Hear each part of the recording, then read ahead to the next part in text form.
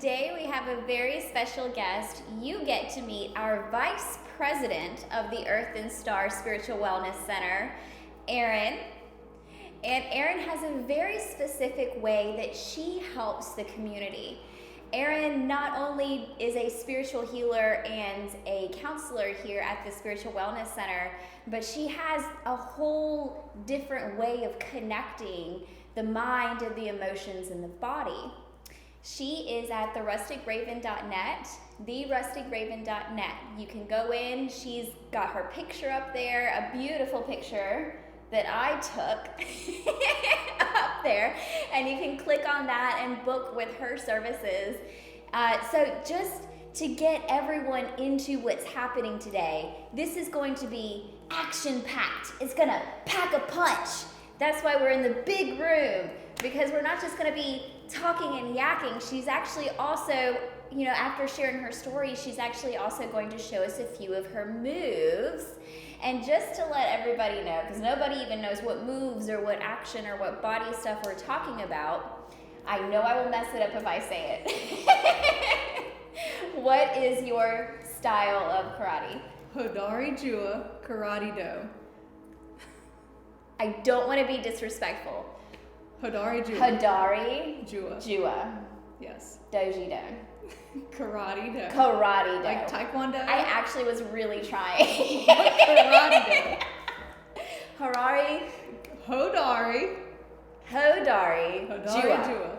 Hodari Jua, and you're a black belt. Yes, first degree. There's 7 degrees in our system. So, first degree black belt. Does that mean you have 6 more to go? Yes. Okay. So I'm a baby black belt. A baby black belt, that's so adorable. But that also seems, because in my mind, or anyone who doesn't know about karate, a black belt to the first degree sounds like the master. You know what I mean? It sounds like you've got it figured out. You know how to kick someone's teeth in. I mean, I do, but there's still plenty more to learn. There's always more to learn in everything, I suppose. So, well, tell us a little bit about how you got started doing that. What kind of brought you into that? Because you started doing, it took you 10 years to get from the very beginning, which is, I assume, a white belt. Yes. It took you 10 years to get from white belt to first degree black belt. It'll probably take you another 10 years to get through the 7th degree of the black belt. Am I right? Does it get harder and longer as you go? Yes. Yes. In the 10 years that I have been practicing, and some of the people that have started with me, they're only at their 3rd degree black belt. In 10 years? Yes. Oh, wow. So it's self-paced, it's how much you put into it, but yes.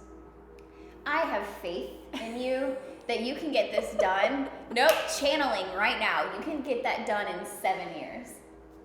6 degrees in 7 years. Yes. All a right. degree a year. All right. Challenge accepted. All right. Well, tell us how you got started 10 years ago then. What kind of brought you, because obviously you were an adult 10 years ago. It wasn't something you started as a child. So what brought you into this? It all started with a women's self-defense class. I had friends that their kids were taking classes, and they took a self-defense class. And I'm like, I want to take a self-defense class. I wanted to be empowered. As a kid, I was bullied. I didn't want to be able to be overpowered or bullied anymore. So I was like, I want to go learn self-defense, So as an adult, it was for women's self-defense, but my inner child needed that ability to defend myself, So I took the women's self-defense class, and I was like, no, I want more. So that's when I started taking the black belt program and went from a white belt to a black belt. Well, you make it sound so simple. I went from a white belt to a black belt. Like simple. No in between. Definitely in betweens. But that was a whole journey. I guess I make it sound simple because at the time I didn't realize what journey I was on. I had no idea that was the beginning of a spiritual journey. To me, it was just, I'm going to go learn some moves and be able to hit and kick people. I really liked your differentiation between, as an adult, I just wanted to go learn how to defend myself and hit and kick people. But you said your inner child felt powerless and Yes. overpowered and helpless. Your inner child felt those things. And so really all of this was as a healing journey for your inner child. Yes. Well, so when did we realize that we were on that spiritual journey? I didn't realize that my martial arts was a spiritual journey until I started the shamanic training. I had no concept of all of the training that I was doing with my physical body was a healing for my spiritual body. I didn't realize that. I didn't have that awareness until I started intentionally trying to heal my spirituality and those wounds. And that's when I realized, wow, I've already been doing this, healing those wounds with the inner child and feeling defenseless, feeling helpless. That was what my martial arts was doing for me, and I just wasn't even aware. So through the shamanic training and the intentional awareness, that's when I could see the physical changes in my life, not just my physical body, and being able to defend myself. How far into your physical karate journey of healing did you start the shamanic training? I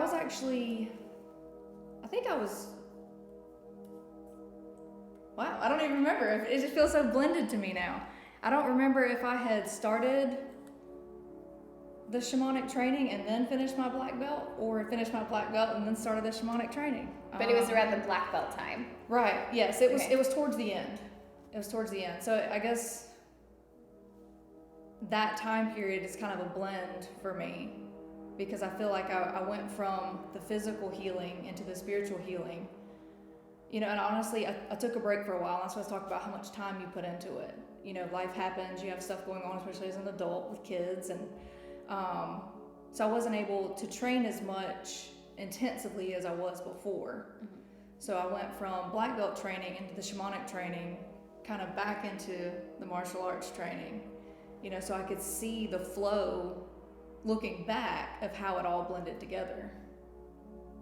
What brought you into the shamanic training then? What was that push? I needed more. I'm hearing an unending hunger yes, now. We go for women's defense. I need more. We go through all of this to black belt. I need more. Yes. And then into shamanic training.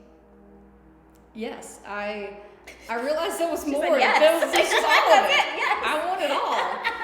I wanted it all, but I didn't feel complete. I didn't feel whole, and I didn't understand why. Like you say, most people hear, "Oh, you're a black belt. You're it," but I didn't feel it. Yeah. So I had to go searching for that. And that's why I started the shamanic training. Okay, so now we have the physical aspect and the spiritual aspects through the shamanic training, and she does offer her shamanic services on the website, therustigraven.net. Those are on there. Did that feel whole and holistic with the body and the spirit? Yes. That's when I started to realize there's still more to learn, but that I was on the right track, was combining those two aspects. I needed both. Mm-hmm. That was the balance that I needed to achieve. Even though it's not a destination, the whole thing is a journey, And the word empowerment is coming to me very strongly right now. From inner child, physical, and it's crazy that you can heal emotional wounds through physical things, but we know this to be true because even in workouts, if you're doing somatic workouts or running, I think you do a lot of running when you're having emotion. You've told me before that doing those physical things actually do release those emotions, and we are healing through those things. So we don't just have the shamanic aspects and the energy healing, but doing stuff with the physical body is extremely important too. But then there's something very specific to you that you've been really coming into over the past few months, and you used the words shamanic mindset coaching. Yes. So now I feel like we're doing the spirit, the physical, but we have the mind, and somehow emotion is involved in here as well. Can you tell us a little bit about how they connect or play off of each other in this circle of wholeness and health that we've got going on? So again, deep diving into my journey and the why and how I got here. With the martial arts and the shamanic training, it all plays back to the mindset. And so for me, it was emotions. Okay. You know, the feeling the helplessness, the not feeling whole, all of those emotions that I had around that is what led me to go on that search so I could understand them, right? With martial arts, you need a certain mindset to go into it, to grow. What's that mindset? Oh, I'm getting it. I'm getting it. Well, no, I just want to know. Right? Like, what is it? So, What is it? but it's the same thing with shamanic healing, any kind of healing. You have to have that mindset. You have to want it, you know? But you have to be able to look at those emotions and hold those emotions to understand them. And that's why I realized that it was like the connection was the mindset. But the mindset is guided, I want to say maybe, by the emotions. This is going to sound really silly, but this is the way my brain works, is off of relating to things in metaphors. So I was changing my oil recently. Okay. Right? Yeah. Okay, just follow me, because this is how I relate. You know, we respect a machine and everything that it takes to run it, right? You know, gas goes in the gas tank, oil goes in the oil reservoir, all that, right? But they all have their own parts and they all have their own filters, you know, and I was sitting there thinking about changing my oil filter and how well it makes the oil run in the machine. If we think of that as our body, you know, we have our physical body, we have our spirituality, but I feel like we negate our filters. So if we clean out our filters, which is where the emotions get clogged up. Okay. We don't know why we're feeling what we're feeling or what we're feeling. So then we can't operate at our highest capacity. And I feel like that all boils down to emotions, which clouds the mindset or clears the mindset, depending on how you look at it. So you have to be willing to sit with those emotions and understand them, where they're coming from, why they're there, to filter those out so that you can run efficiently. I like that a lot. The filters. And a lot of the time I think of like our chakras as those filters. Yes. Because it, like, our chakras take all of the energy we're receiving from the people around us and filter it in a way that we understand the vibration that we're picking up. Yes.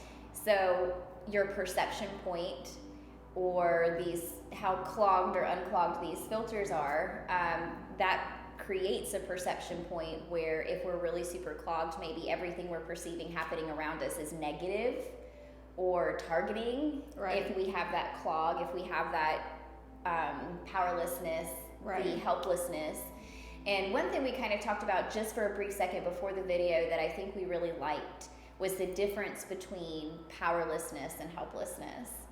Yes. And how powerlessness is feeling like you don't have your own inner power to be able to make the choices that you want to make. But then helplessness was choice. The choice. Helplessness was not feeling like you had a choice to begin with. And that really tied in to the mindset Yes. thing, always knowing that you have a choice and where you take that between your mind, emotion, and body connection. Yes. So we have this whole mindset coaching thing happening. How does that, and of course you don't have to get us all the little details, but if someone were to come in, and you also run a group here, you run Yes. a group here the last Sunday of every month, kind of about this, where people are coming in, you have a whole place set up to hold the emotions for people who Yes. come in with emotions that they don't understand, or you can explain it better and how that process goes. Right. So it's called a lab group, Life's Anonymous Battles. But when you think of lab group, you just think of school, but life is school. And we need to practice dealing with those emotions, recognizing those emotions, where they come from, what they are, why we're feeling it.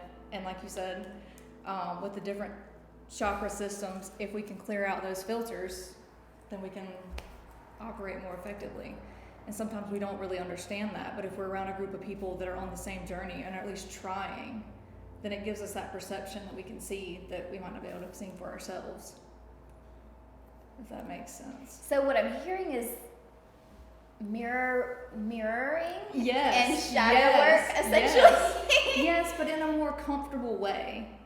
You know, you don't feel targeted. You don't feel, what's the word I'm looking for? You feel supported. Mm-hmm. You feel supported. You don't feel alone because everybody's going through the same thing, it's just in a different way. Mm-hmm. You know, that's the whole concept that I like with the lab group, is that it's a support system.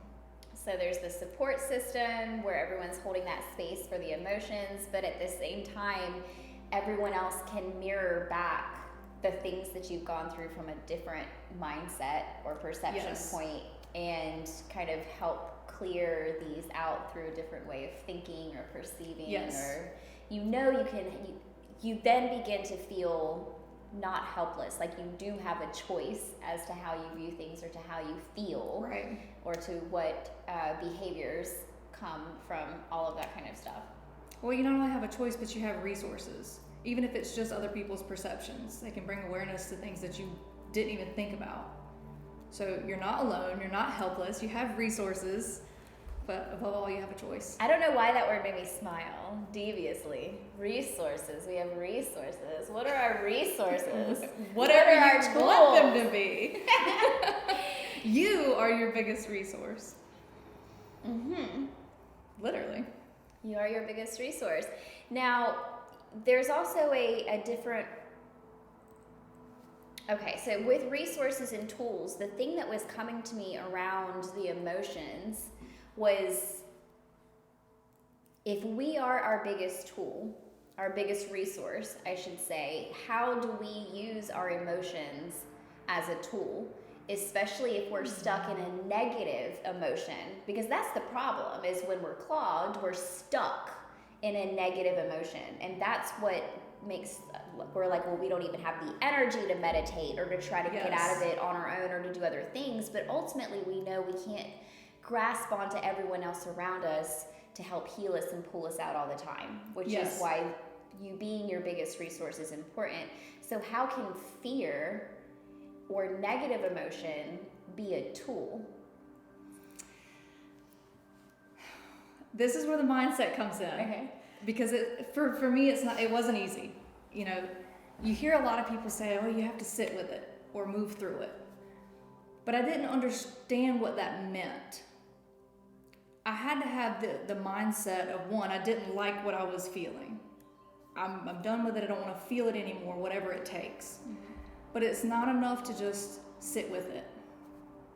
Because a lot of times you get stuck because your filters are clogged, you can't find your way out, and you get stuck sitting in it. Mm-hmm. So you don't know the way out. If you can separate yourself from what you're feeling, and I think this is the part with the sitting with it that I didn't understand, to let it teach you, but almost separate yourself from the feeling to observe it. Mm-hmm. So you have to be in it and with it at the same time. And if you can let it teach you, then you can move through it.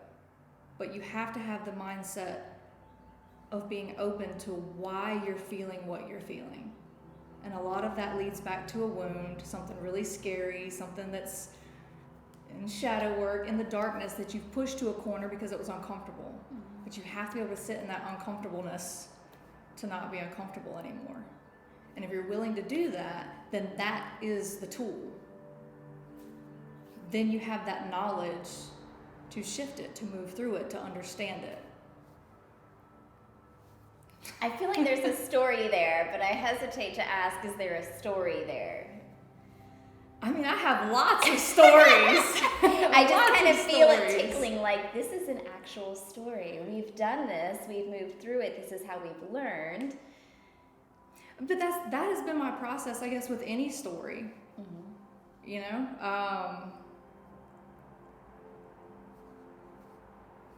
So give us one example of how you've let fear be a tool to your empowerment. I'm going to talk about sitting here right now. I mean, I don't have experience with being out and being open and being on video and sharing my story. You know, that itself is scary to me. But I'm still doing it anyway. That fear teaches me what's holding me back. But if I sit in it and with it, then it'll consume me and I won't learn from it. But if I can acknowledge that that fear is there and still keep moving, it teaches me, one, what's holding me back, but also my strengths when I push past it. Because hindsight's always 20/20. You won't ever know what you're capable of until after you've done it. Until after you've went through, so you have that hindsight 20/20 perspective. So in this particular case or example or story, observing your fear was the fear of being seen. It was hiding. Yeah. So we could either have sat in that fear, not gone on this video, not let yourself be seen, not advertised yourself. People wouldn't know you existed unless they just spontaneously clicked on the links anyways.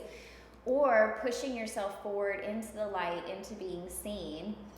And being seen, I think, was also one of those things that we talked about around vocal inflections. Because I asked before we even started the video, karate people say Kia a lot. And I'm like, well, what is the link between the verbal cues and defense or overcoming fear or even causing fear in others? Like, what is this verbal thing?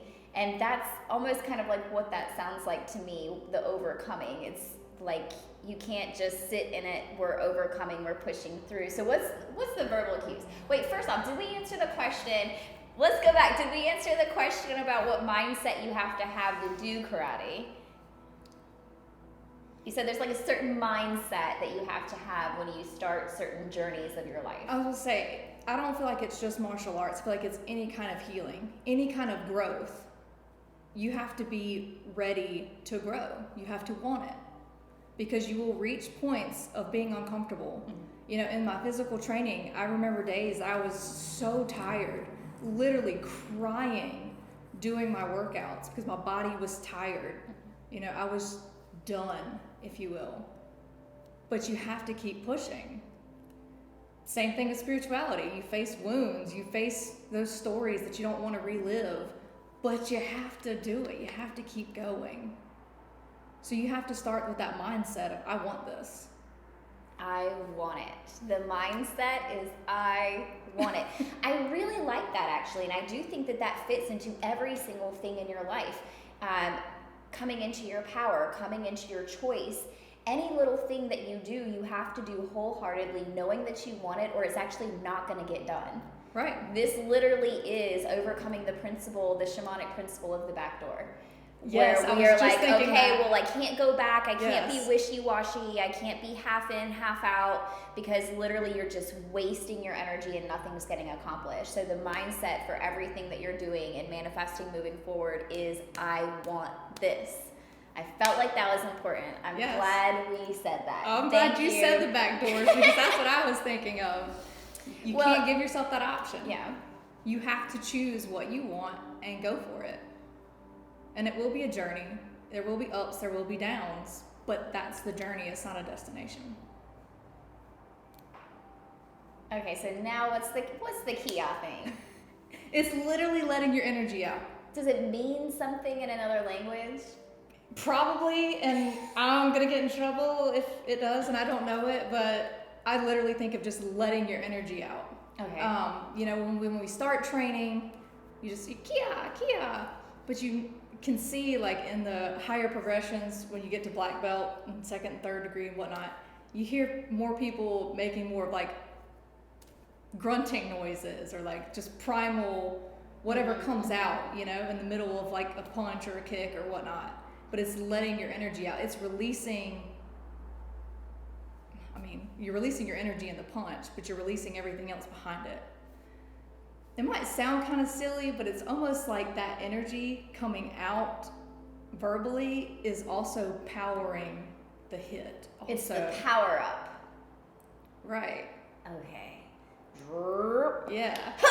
Like that. The Yeah. power up. Okay. Literally. Okay, I can see that. Now, you know, my oldest son, he did karate, like some Japanese martial arts when he was younger, and then now he does, I always say it wrong. Jiu-jitsu. He does, thank you. He does jiu-jitsu now. And he was told at one point that it is to strike fear in your enemy. I can see that. That the yelling when you attack is a shock moment that keeps them away for just a second as well. So does that play? So we have the power up and we have the shock stop, and that kind of feels like that plays into the defense. Yes. So when we learn defensive moves, which is how you started everything, your whole journey started with defensive moves that you've turned into empowerment and choice and the healing of the mind, the body, and the soul. And now you also kind of offer things in that area. How do you feel about when it comes to defense? The yelling. Do you guys yell when you defend? Yes. When you're like, stop! Yes. Do you actually say stop? Yes. Stop. No. Whatever. So it's letting your energy out, but in a defense way, it's creating awareness because nobody's gonna want to be seen attacking you. You know, it's like if you yell fire, everybody's like, what? You know, so if you're yelling stop or no, I mean, whether they think you're yelling at a kid or an attacker, most people are gonna look, and people aren't gonna want to be seen attacking you. So you yell. What I heard was power balance. When someone else is on the attack, if you allow your mentality to immediately go victim, you will be attacked. Yes. But if someone is ready to attack and you do your power up and you yell, you are taking back that power and it's bringing awareness. So instead of you hiding and being hidden, you come into the light and they want to hide and become hidden. So I'm hearing like this power balance thing happening. It goes back to the mindset. You know, whatever you believe, you're right. So in that moment, if somebody's coming at you, whether they're bigger and stronger or scarier than you, if you have that mindset that you're going to be a victim, then you're right. If you have that mindset of, oh, we're going to do this, you know, I'm going to go down trying, and you verbally express that, physically express that, whatever, they're going to see that, they're going to feel that. 9 times out of 10, if you if you have somebody coming at you, I think of the crazy smile. Yeah, you know, like, can you imagine walking up on somebody and like, this is backwards, right? But you walk up on somebody and you think you're gonna rob them or take their wallet or whatever, and they just turn and look at you and smile like, oh, you want to try this? I'll be like, maybe not, maybe not. We ain't even got to the hitting and the kicking and the yelling and the nose, but maybe not. You know, so even when you come with that energy of, let's go, let's do this, that mindset alone will empower you to handle the situation. I want to try this. Not that I want to be attacked. I do not want to be attacked because I will F you up. But like I want the chance to walk backwards, like on my, I don't know, like in the scary movies. You know how they're like walking backwards down the stairs? Like I want to do that at somebody and just see what they say. So verbal cues, that just feels so empowering in itself. Being able to yell without feeling embarrassed, being able to just do the power up of the verbal thing alone seems so empowering. Now you also have this thing that you do around a war room. We're talking about the inner war, the war within. So the war within, can you explain a little bit about what the inner war is? And I'm sure it plays into the emotions and mindset as well. Yes, that is where it started for me, was the inner war and needing that balance, balancing the emotions.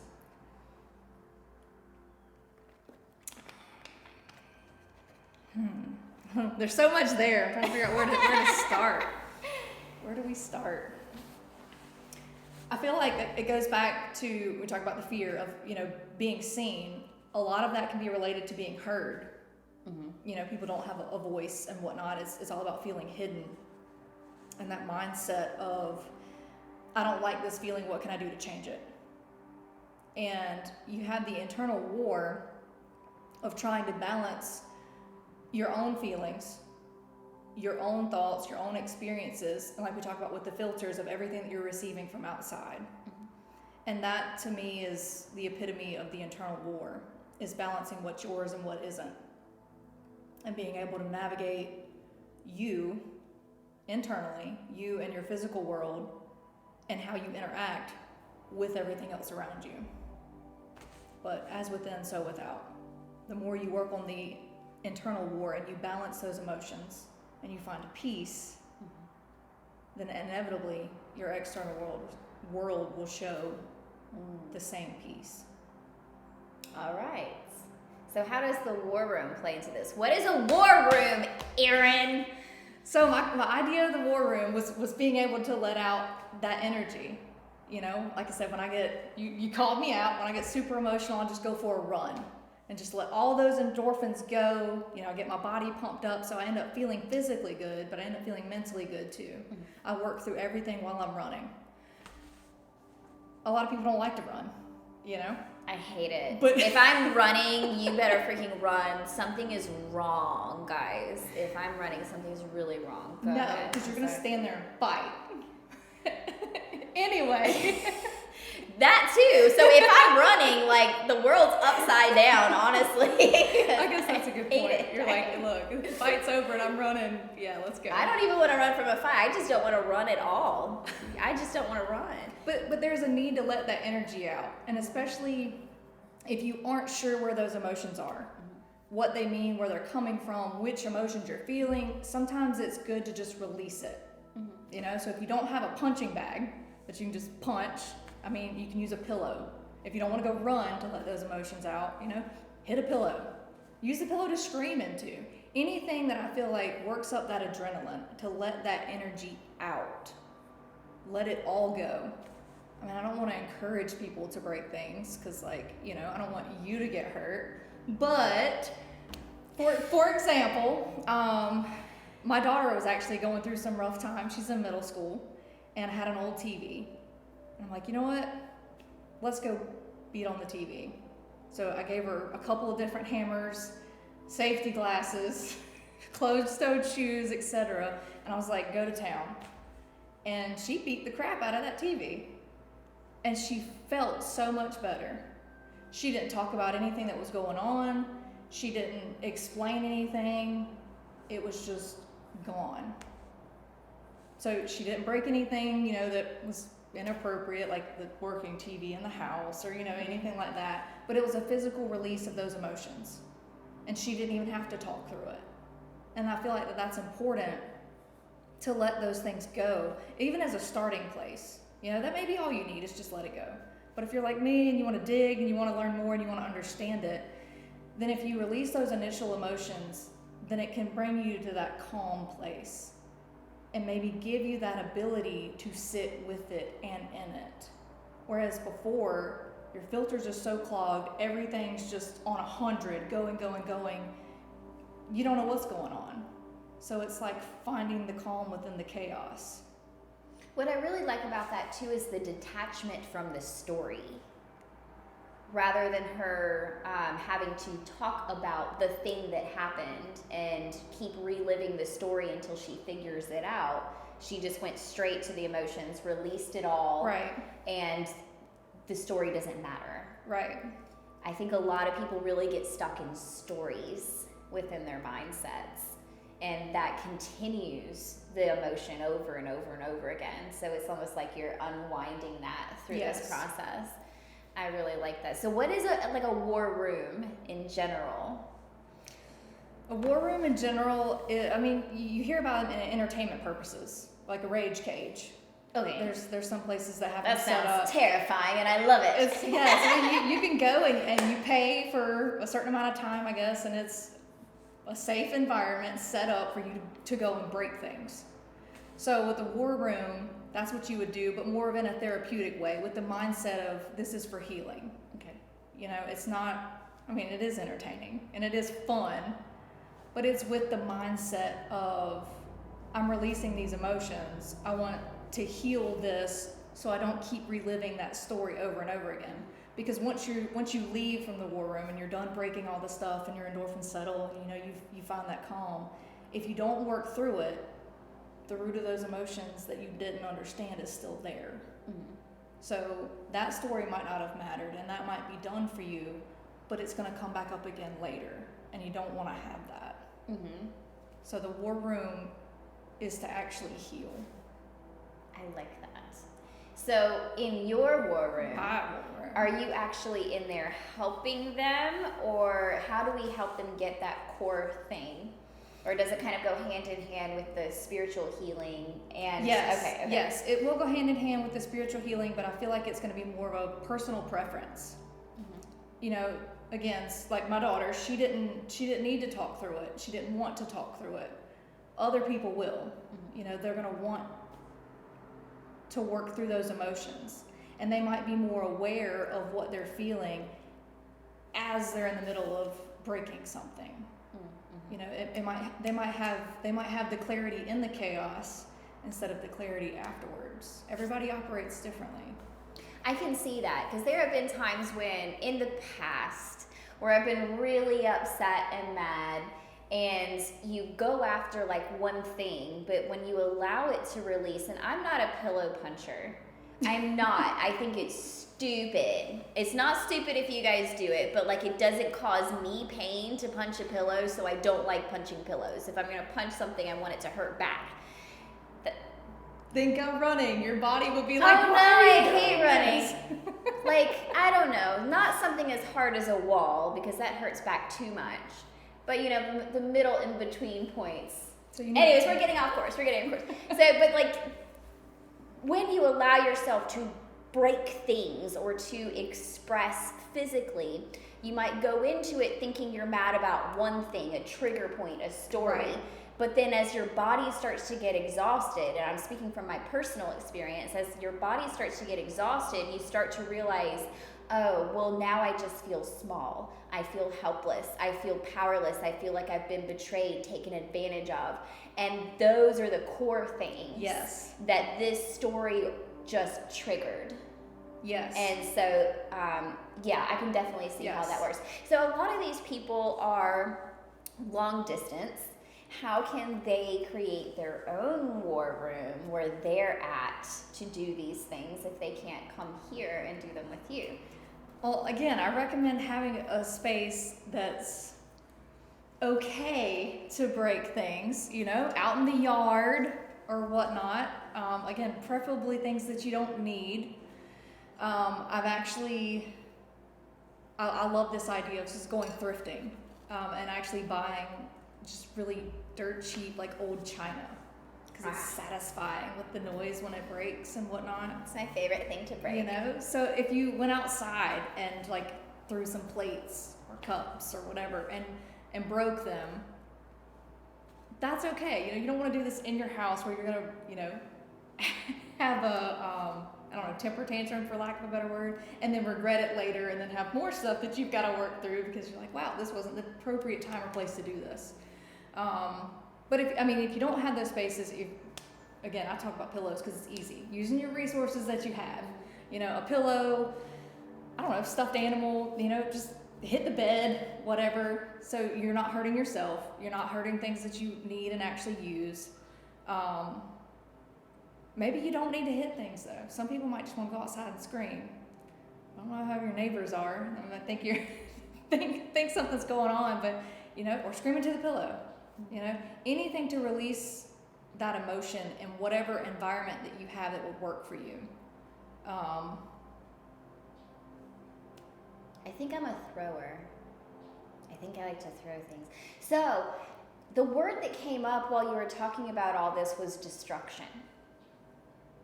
Well, and it's funny that you brought up destruction, because at the same time in my head, I was thinking of art and creation. So how do they play together spiritually or in a cycle with this? Because it sounds a lot like, even though we're getting healing on the inside and release, that we're destroying a lot of things. in the process. We are destroying a lot of things, and that's why I talk about it being appropriate time and place and appropriate objects, you know. And appropriate safety protocols. Yes. She mentioned closed-toed shoes, gloves, safety glasses. Yes, if you're going to be breaking things, please take care of yourself. That is the entire point here. Because if we don't deal with these emotions, it becomes destructive on the inside. Okay. You know, so if we break things on the outside in a constructive manner, then it doesn't become destructive internally. You know, and I just had the other idea to mention. You know, we're talking about breaking things and whatnot, but you said throwing. And one thing that I have yet to try, but that I want to do, is either take a sheet or a canvas and make paint balloons and throw them at a canvas. So you're actually creating. So I could create art and almost have like that journey of that emotion that I'm working through as a masterpiece by the time I'm done. Yes. Right? So you can still let out that aggression, throw it. Or if you don't have paint balloons, just paintbrush and just angrily or frustrated, whatever, paint a canvas. You can still let that emotion out and create a work of art. I like that a lot. Roll your body in it. Yes. Punch with the paint. Yes. Punch the canvas. I really like that. Well, as far as the war room goes, on a kid level, that's one thing that kids could do, is more like a paint and art therapy. Just because I don't want anybody to get hurt, but so that kids could have that modality option too. You know, because kids have a lot of emotions and not enough experience to understand what they are as adults do. You know, so they could have fun letting out all those emotions. And then I don't have to worry about them getting hurt. The parent doesn't have to worry about them getting hurt. And it's all healthy and healing and growth. I love that a lot. Thank you. Is there anything else that you want to mention or talk about before we... before she teaches me how to fight people? I don't think so. I'm just kind of going with the flow. Well, I really loved everything that we talked about. I really, really did. Erin, once again, she's the Vice President of Earth and Star Spiritual Wellness Center. I'm the President. I'm Mary. I don't think I introduced myself earlier, but you should know me. And here, just book with her, therusticraven.net, and she's on there. Just click on her picture, book a service with her, and we can work through all of these things and just connect the whole mind, body, spirit circle here, releasing those emotions and working on the mindsets. Scoot back, scoot back. We're gonna do a transition. But for now, we're going to change clothes. Power up, ha! Oh my gosh. We're back! And I'm in a different outfit so that I can punch and kick people. Yeah, I didn't have to change. See, as part of my training, I'm trained to be ready for anything at any moment. So she says that if you're gonna be wearing high heels and ponytails in public, you better learn how to fight in your high heels and your ponytail. Pretty much. Because in real life, you don't have transition clothes changing moments. Okay, show us some stuff.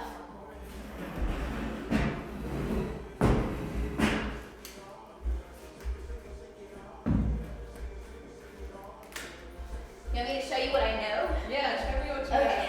First defense. Pop, pop. All right, hold on. Don't turn your back. That was an accident. Don't turn your back.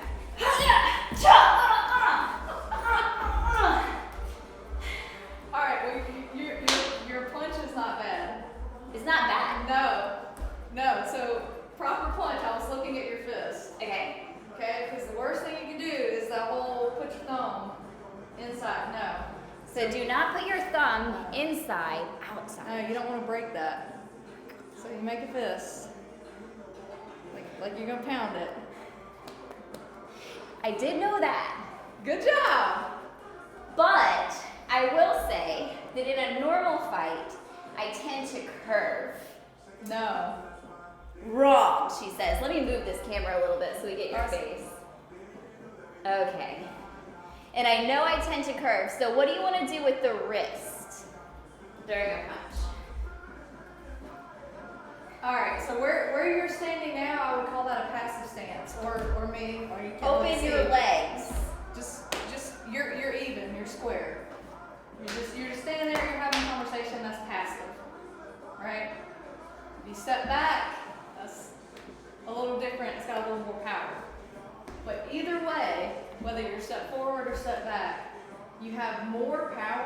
in your hit, you want your punch to come straight from you. No, we call these wild swings. I'm a wild swinger, guys. But when you think of cat fights and women fighting, they're just crazy wild swinging. Sorry. I got excited. Let me turn this down. It's making me too excited. Okay, go ahead. All right, just for basic punch, whatever arm you're hitting with, you want to turn that leg. Like spin your foot. Okay. Is this right? Am I supposed to do this? I don't know. I naturally do this. Good. Okay. So the idea of that is a defense. Okay, yeah. So I don't know if you noticed, when you're hitting, my arms are just up. Okay. So right. Wide stance, step forward, arms up, and then, straight. And then twist. Yep. I learned this in wall Pilates, guys.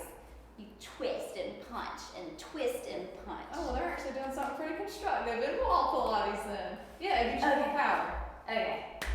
So you wouldn't think you have a lot of power without the 2-point stance, but even in a passive stance, if you spin on your hips, you have a lot more power. The 2-point is just straight legs apart, and the passive. Passive is straight. 2-point is like 2 points of contact. Like 1 foot forward, 1 foot back. Right. So 2-point is passive.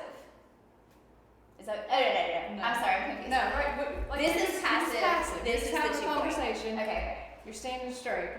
Gotcha. So we know how to punch. Don't limp baby your wrist.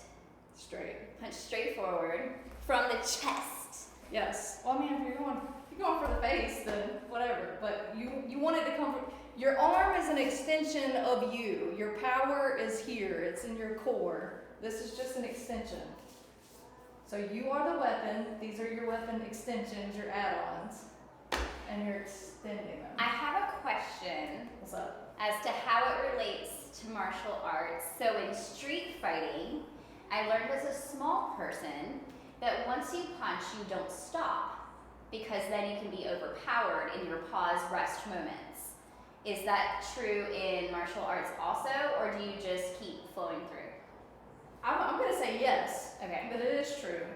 The one thing I want to add to that is the high-low rule. Okay. Okay? So there's a rule. Your body, we've talked about filters and whatnot, and awareness and attention. If you get hit high, say in the head, neck, face, whatever, your whole focus, your whole mind is going to defend that area. So all of this becomes vulnerable. So if you hit high first, your next hit should be low. Okay. And you just alternate. If you hit low first, then you want to go high next. Because even if that person is stronger, has a lot of stamina, you're going to play on their body mechanics that is in their nature. They can't fight that. Because their mind can't go. It's hard to defend your whole body at once also. Yes, Yeah. yes. Okay. It's like it can't be in 2 places at once. So, Okay. wear them out. Okay. So I know how to punch you. Yeah. What if you, okay, so you're like attacking me. I see you coming to me across the parking lot. What do I do? First we have to verbalize, right? Don't we have to key out people? Assuming that they are attacking you and they're not like coming to ask you a question or help you. Yeah. I mean, I can yell regardless, and they might not need help anymore. So in the perfect world, perfect scenario, if I see somebody walking across the parking lot towards me and they're kind of suspicious, the first thing I'm going to do is let them know I see them. But with my body, I'm going to go from a passive stance to taking a step back. And that way my body language is telling them, I'm not sure of your intentions, but I'm also ready. So why should we not take a step forward? Because my first instinct is defense and not offense. And my first instinct must be offense. Because I'm like, oh, I see you, I'm stepping forward. Well, it also gives me another 2.5 seconds to assess the situation. Okay. Because in defense, again, assuming that we're starting with So no stepping training back, on that's that, just getting into your defensive space. We train to create separation. So guys, this is a defense, not offense. You're not the attacker. Listen to Erin, not me. So if someone's coming at you, you get into your defensive stance. You tell them, I see you coming, and this is my defensive stance. I'm facing you, I have a step back. Now continue. Yeah. My mind was in offense, and why am I not just coming at him, bro? You're the attacker. Okay, I get it. I told them to listen to me. What if they're not actually coming at you? You just be like, hey, how's it going? You know? Okay, defensive stance, I'm in it. Or, can I help you? And then they're still coming at you. So if they're coming at you, my first reaction is wanting to do a palm strike. Oh, okay. That's my first instinct. To And the you nose? say somebody coming at you, if they're coming at you, it's a palm strike. So I curl my fingers, curl my thumb, and I'm hitting with my palm to the nose. Now you can do it to the chin. Ow. But if you do it to the nose, you're gonna break this bone and shove that bone upward. It's not something to play with because that bone could break and it could go into their brain and it could kill them. So your first instinct is let's kill them. No. My first instinct is to step back to hopefully And then kill them. And I have to. And then kill them. Okay, so we have the punch, we have the nose jab thing. Alright, let's de-escalate the situation. Let's de-escalate. Let's de-escalate the situation. Okay, we talked about like cat fights, right? Yeah. Say you're having an altercation with somebody and it turns heated. Like you said, most of the time people want to do a wild swing. Mm-hmm. Most women like to slap. No, But ma'am. I'm just telling you from ma'am. my experience, most women like to slap. If you're gonna slap, don't slap like you normally would. You're not aiming for here. You're not just slapping them across the face. Close your hand, and you want to slap their ear. I'm not gonna do it. Training, control. Okay. Mm-hmm. You cup your hand just a little bit, and you hit their ear. Mofo B. Okay. All right. They're going to be expecting a slap to the face, but it hits their ear. It could pop their eardrum. Either way, it's going to disorient them, and they probably will be even more shocked when their brain doesn't register their expectation. Okay, yeah. Because they're like, oh, that wasn't to the face, that was to my ear. So it's just a lot of confusion. I like that. Confuse your enemy and destroy their hearing. I like that. Okay. All right. What else? What else you want to know? I want to flip you. Oh my gosh. Okay. So, I've never done self-defense courses, so I'm trying to think of like all the things that I feel like I see people do on TV. I feel like there's like wristy things. I feel like there's, you come up from behind and grab me. I feel like there's this thing. So a basic wrist grab is manipulating the thumb, first of all. Okay. That's the simplest thing. So somebody's going to grab you, the opening, like, there's only so much you can do to avoid that. Let's use this hand so they can see. So this is the opening. And there's only, some people are pretty strong, but there's only so much that they can do to keep that grip. Mm-hmm. So, we're talking about the stance. What you would want to do is make a fist. With that hand? You make a fist with this hand. So you're tightening all these tendons, which is putting pressure on you trying to keep that grip. Okay? So you would step back, ideally with the same leg, the same arm. No! You rip it out. Do I rip it down or up or straight? Or does it matter? You want to try and pull against this opening. So like that way. Yeah, so it kind of up and out, but don't punch yourself in the face. Oh yeah. So ideally you're going up, but So you're talking mess, and you grab my wrist. Yeah, I'm like, come on, and I'm let's like, go. No! That was actually kind of hard. That was hard to do. All right. Biceps, buddy. Well, then we'll get real with it. No. I said it was hard. I know. So why are you getting real? So you can know what to do when you can't get out of it. Okay. So try it now. No. Yes. Okay. No! Okay, that didn't work. So now you cannot instantly switch into, oh my God, I'm helpless, I tried, I couldn't do it. You can't do I that. did that before you even did it. I was like, no, I'm not going to be able to get out. Wrong mindset. I am going to fight and figure I'm it going to out. F you up. So Okay. this hand is obviously occupied. Yes. Okay? Occupado. My energy in my brain, whether I'm aware of it or not, is focused here. Okay. Okay? You have an arm, you have 2 feet, 2 knees, shins, a head. You can hit anywhere. So you would hit to create a distraction for me to let this go. Okay, so I'm stepping back, I'm tensing my fist. No, it didn't work. Ears stop. Oh. Yes. Yes. Yes. And then you're down and I keep kicking you. Keep kicking you. Someone call 911 and I keep kicking you. Mic drop. And then create separation. Create separation. Okay, so there's steps to this. 1, your defense and seeing if they're going to attack. 2, you're getting out of the attack. 3, you're creating separation once you're away. Yes. Is that all the steps? Pretty much. I mean, I don't think you want to stick around and keep fighting. They'll get up eventually. They will. So create separation. Run away screaming. I did it! Make sure you yell because you want to bring attention to them. So that's my favorite part with the self-defense. You know, when we're doing martial arts and training, we're hitting, we're kia, kia. When you're doing self-defense, it's wild. You know, we talk about the wild swings. There's never anything quiet about a street fight, you know? So if you're fighting somebody and you're, you know, whether it's a wrist grab or punch or kicks, and you're like, somebody's gonna look, Yeah. but you're also gonna scare the crap out of the other person. You're like, she's crazy. I don't look crazy, you know? So like, whoa, I chose the wrong one. I like that part. It's the crazy eyes. The crazy. The crazy eyes. So there's also like Erin, she knows how to do all of this stuff where if someone attacks you with a weapon, how to get rid of all of that stuff. We're not going to use weapons today. Probably a smart thing. Maybe we'll have her back at a later time if you want to see that. I watched something, I think it might have been on Oprah. 1, if you're stuffed in this trunk of a car, you should kick out the tail light and put your arm out. But 2, they said something about ponytails, because if you wear a ponytail, people can walk up behind you and grab it. And then they have you by the head.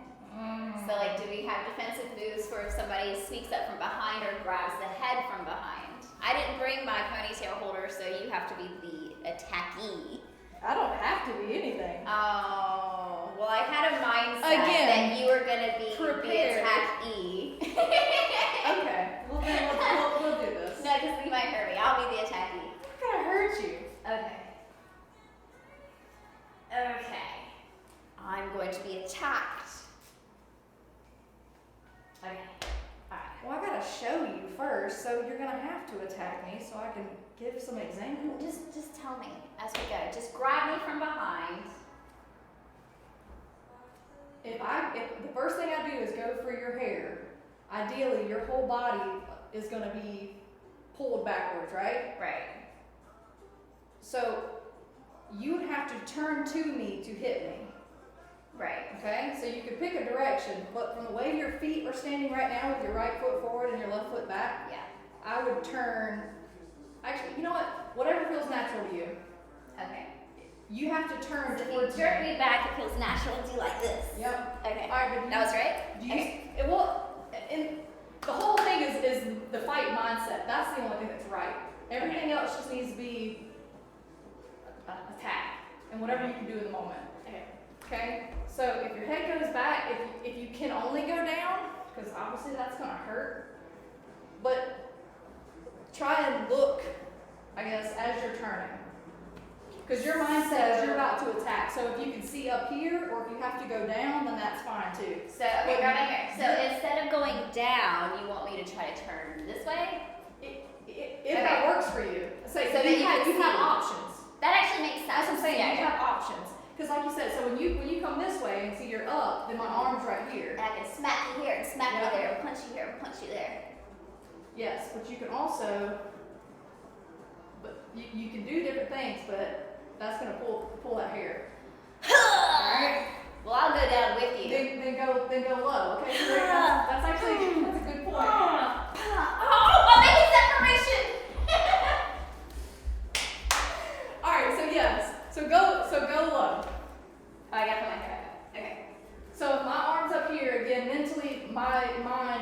hand on your hair, okay?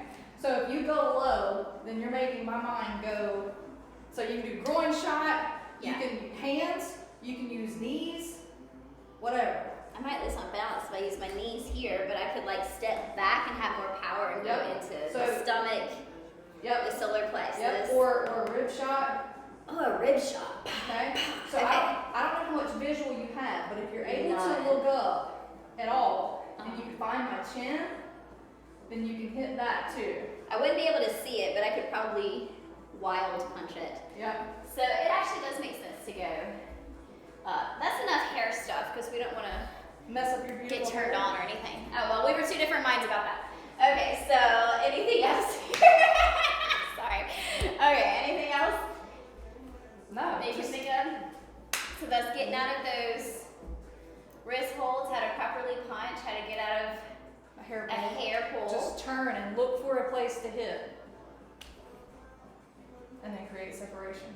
All right, now let me, wait. So if someone comes up behind you in general, they're probably gonna like do a bear hug thing, right? Why are you smiling about this?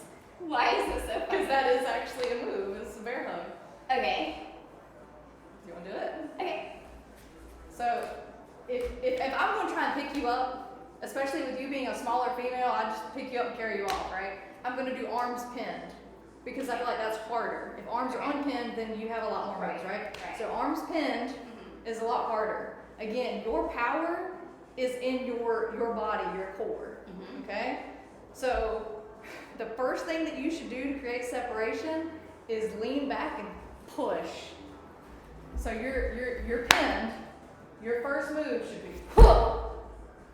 Because women have a lot of power in their hips. Yep, okay. Okay? So you're using your arms to break the upper hold. You're using your back and your butt to create separation with your body. Okay. I don't know how much I just said that. Okay? Okay.